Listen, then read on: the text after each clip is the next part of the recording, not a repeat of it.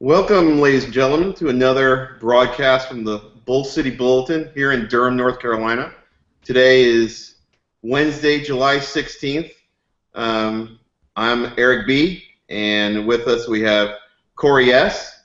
We're glad to be here with you today, and I think today we're just gonna go over so many topics because you basically can only scratch the surface with so many issues going on.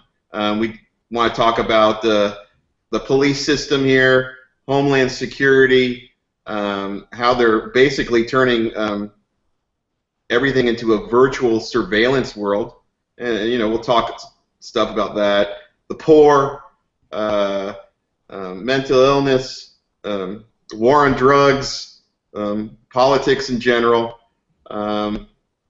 And what can we do about it? Personally, all I know right now is just trying to identify the problem, because if we all just can identify the actual problem we're in, then we can start uniting and getting some type of a common core and relating. But until then, we're always going to be divided. I'm not basically here to spread fear. I'm just here to really spread the truth of the actual reality we're in, and that's what's really going on, is that we're in a war for reality.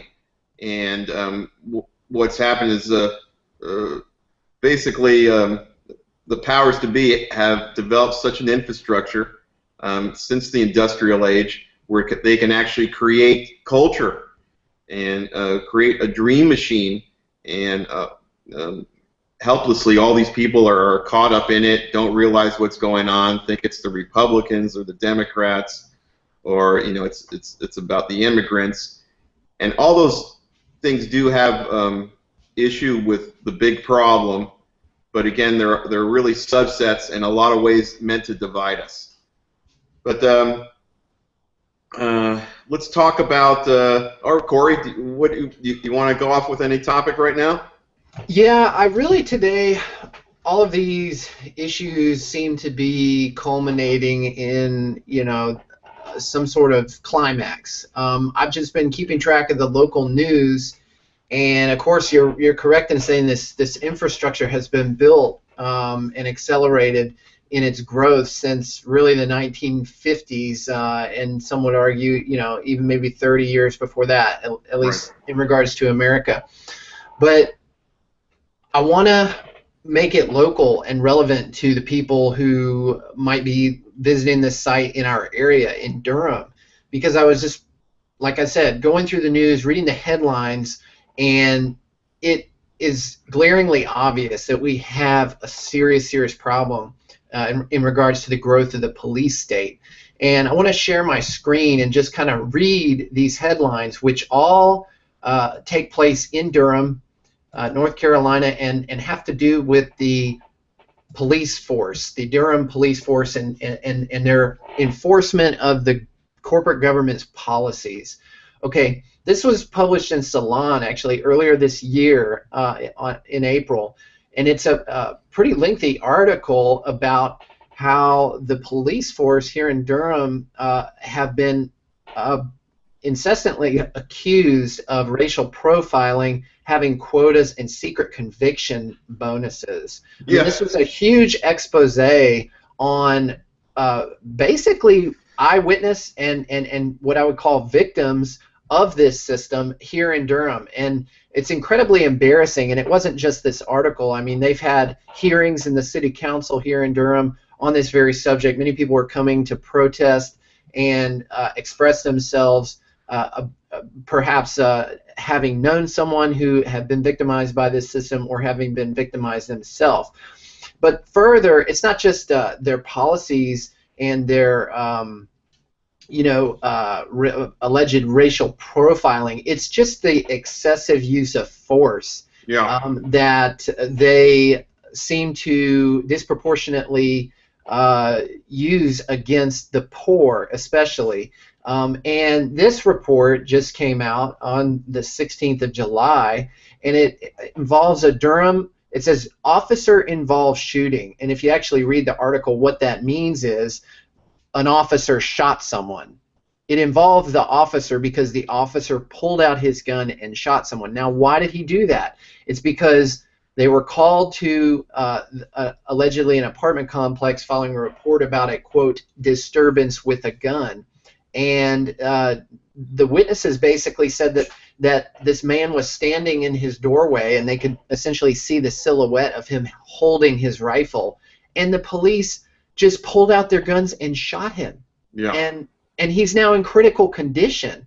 Okay, they weren't being threatened necessarily with the gun. He wasn't brandishing it and like pointing it at them as if he was going to shoot them. He was in his own home with a gun, and they shot into his home and nearly killed him.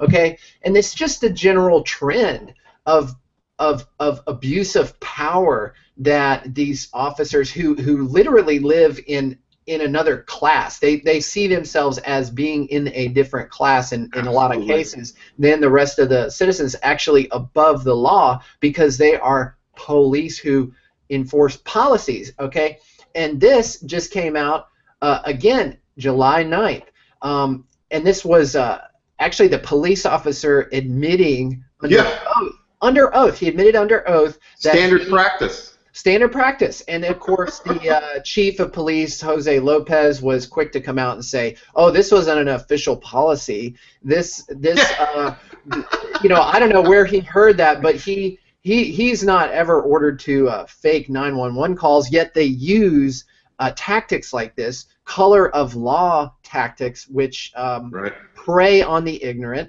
And we know that the poor generally have a lesser education, especially in regards to their natural rights, and they're victimized by these people that they come and they create the consent that they need to color of law legally enter someone's home, and then because of the state of human regulation in this country, they can always find something illegal. I mean, we break laws just by existing every day. Right. Okay, and here's another headline: Durham City Council discusses racial bias report claims, and this was really, from what I can tell, just the different citizens coming and protesting the city council, most likely on deaf ears, and embarrassing them, and so it happened to make the mainstream local news, but. This just kind of shows the psychology that is currently ongoing. People are waking up to the fact that the police officers and the police system and the police state is completely out of control. Yeah, I mean, I like what you say, the psychology, because to me it looks like we're in a state of war. Right, but who versus who? That's the question. I think it's just the state versus the people in general, and I think what's going on, the war right now is conforming, and I think if you do not follow these masters, follow their policies, you're going to be confronted with either violence, taxation, some form of money theft, legal problems. You're not going to be able to get licensed. So I think that's what's going on. It's definitely a war. I'm definitely, the cops are definitely hyper vigilant. I think they're becoming more and more disconnected with the poor, who are the main victims of this, and they're just seeing the poor as basically war combatants.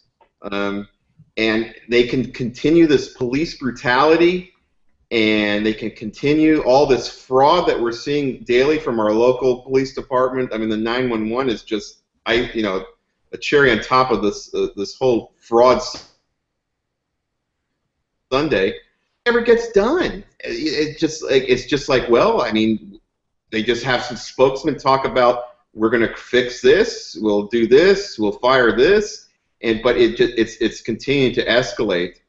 Well, and you wonder, what people probably wonder, where does this come from? Where does this behavior come from? And well, what motivates a human being? A lot of times it's just money. So you have to follow the money. You have to understand where this funding is coming from, and the fact is our police departments have been largely federalized. So the federal government provides incentives to the police department in the form of money and grants and equipment, but with that comes stipulations about how they should run their business, because that's what it is. It's police, basically making a living. What are quotas? Okay, I'm in sales. A quota is you sell a certain amount of goods in a certain amount of time.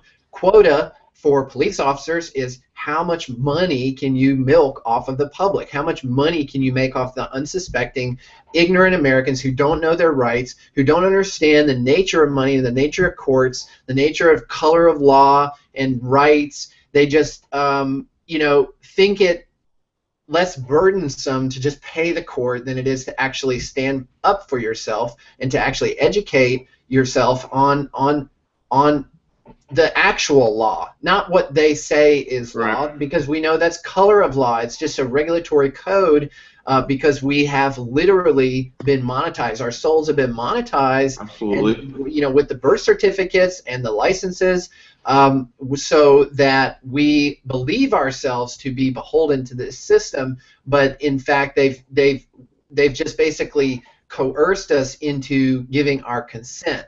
And the deeper you get into it, the harder it is to get out. So that's it's very hard, especially like the Freeman projects, not paying taxes, not following any of this state law. It makes it extremely difficult to support your family. You're going to get harassed by the IRS. You're going to be always harassed, trying to get work, trying to get credit, trying to do business, and then it puts a huge burden on your family and other people around you who don't believe what you're doing. So it makes it almost impossible to get out of it. It's totally devastating the poor. I had a person today, basically, dead broke. If she didn't have Medicaid, she wouldn't be able to get basic housing, wouldn't be able to get basic medical care, and she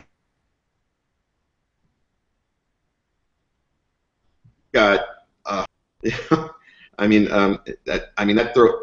that's going into her food.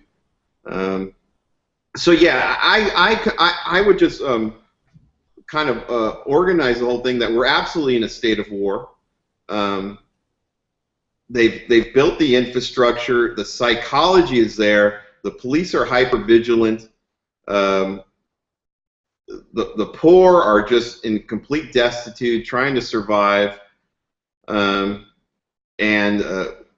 Homeland Security is getting involved in basically all the police systems. I just pulled up an article today where the Homeland Security is sponsoring our local NCCU Central. Can you pull that up? Sure, for like $268 million.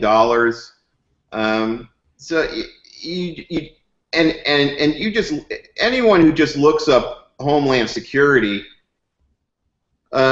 you can see how involved they are with our infrastructure on every level. And if you look at this article here, you can see the grant for $238 million to assist with faith-based and community organizations to become better prepared to address emergencies. And what emergencies is this?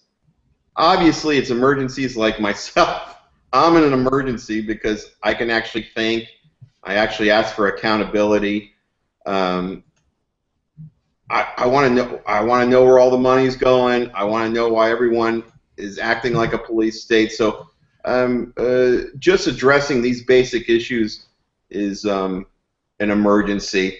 Most of the government's actions are, in their own words, justified by some future emergency hypothetical that has not yet happened. Well, what kind of crisis are we now seeing making waves across the country? Here's an article from July 9th. Border crisis being felt in the Triangle. Okay, now what crisis is that? Okay, we know that the Central American population is being literally bussed into this country, and accommodations are being made for them, which is why it's being felt in the Triangle, and it's being posited as some sort of humanitarian crisis, which it is. It is in one sense that these people are humans, and there is a crisis in their country, and there's a crisis on the border. But the whole world is in crisis. Right. The whole world is in crisis, and we have to call a spade a spade. And the fact is that the Homeland Security Agency, among other agencies, are the ones responsible for creating the crisis that they're going to later pose as the saviors too.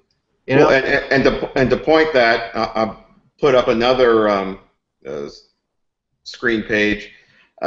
Basically, I got to this page searching the state's think tanks on how they're going to deal with immigration, and their best solution is to basically biometric track everybody.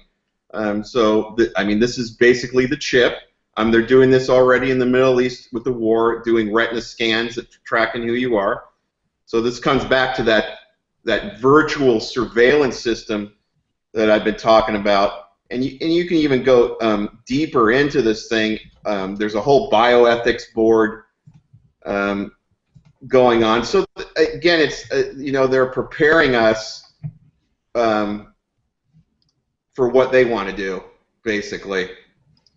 Well, they want to create what's called a panopticon system, which is actually an institutional building design that was created to create the illusion of eyeballs always being on the inhabitants. Right. And they want to actually create a society that is structured in this way. That's what Absolutely. the cell phones, that's what the surveillance cameras are for, and they've got advanced quantum mechanics to actually process all of this information to automatically detect the, people think that they can hide from this system by, not giving their fingerprint or not giving their blood. There's really no way at this point to escape this short of removing your blood from the system that's already been created, the global data bank on DNA since the 1950s.